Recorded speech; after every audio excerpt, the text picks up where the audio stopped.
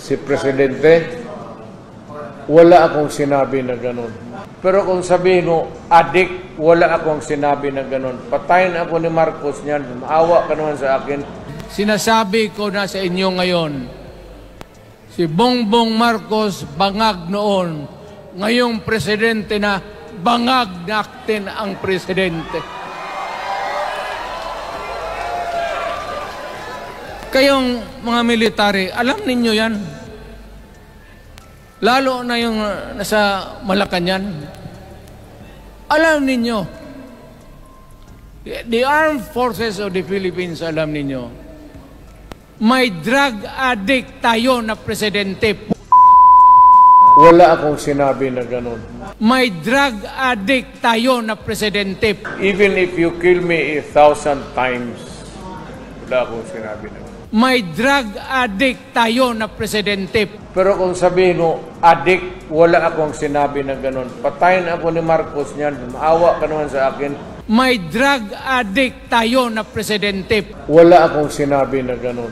Si Bongbong Marcos bangag noon, ngayong presidente na bangag natin ang presidente. Si Presidente, wala akong sinabi na ganun. Ma'am, you have to, even if you kill me 1,000 times, wala akong sinabi na. Taking a drug.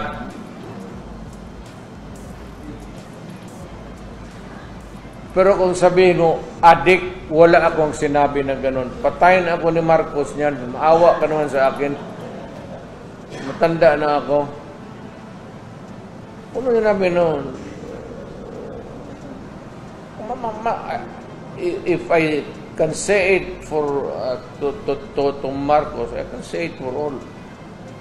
Ayaw ingnawa kay antibiotic na to, kay aspirin. They're all drugs. It's just nomenclature. Pero wala akong sinabi na patayin ako ni Marcos niya. Takot pa naman ako mamatay na matanda na ako. Gusto ko pa mabuhay mga another hanggang mamatay si Kaduwaya. Magsabay kami.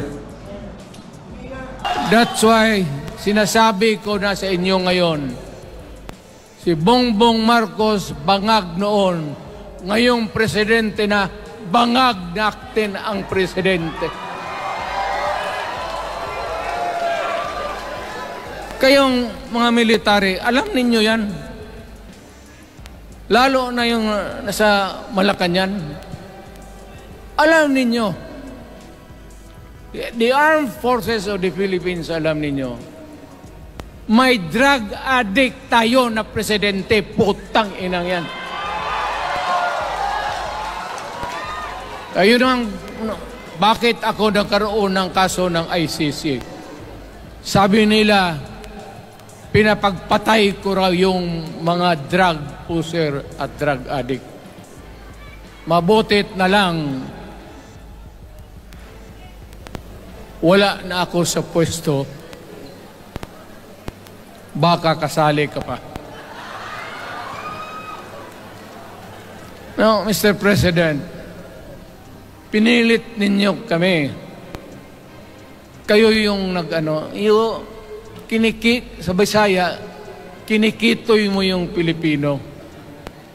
You are testing the waters. Not even. You are, pushing to the limits ang pasensya ng Pilipino. Huwag na huwag mong gawin yan. Huwag mong gawin yan, huwag mong ituluyan, kaya magkagulo. Pag hindi namin napilitan kayo sa mga rallies, sa aming mga boses, ang sentimento namin, ako'y sinasabi ko sa military, nag-hemorrhage ang bayan, gastos dito ng gastos doon. Tapos kung mag-speech, ang pinag-usapan ang putang inang pobreng Pilipino. Gastos dito, gastos doon. Mga military, maawa kayo sa bayan. Pag hindi namin kaya, gawin na ninyo. Si Presidente, wala akong sinabi na ganun. Ma'am, you have to, even if you kill me 1,000 times, wala akong sinabi na ganun. Taking a drug,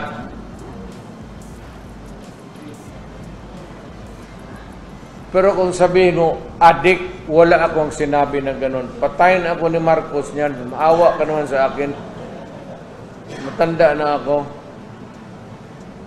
Ano yung namin noon? If I can say it for to Marcos, I can say it for all. Ayaw ingnawa kay antibiotic na to o kay aspirin. They're all drugs. It's just Dominic yun. Pero wala akong sinabi na patayin ako ni Marcos niya. Takot pa naman ako mamatay ng matanda na ako. Gusto ko pa mabuhay mga another hanggang mamatay si Kaduwaya.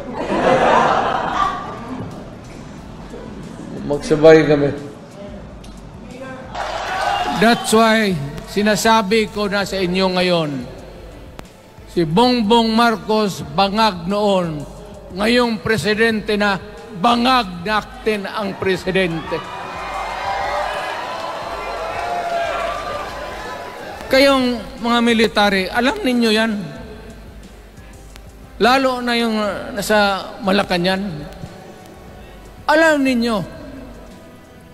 The Armed Forces of the Philippines, alam ninyo, may drug addict tayo na presidente.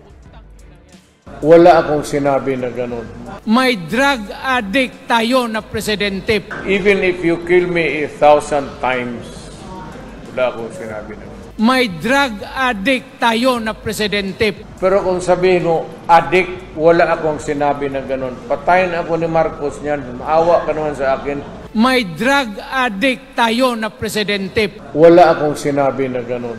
Si Bongbong Marcos bangag noon, ngayong presidente na bangag natin ang presidente. Wala akong sinabi na ganun.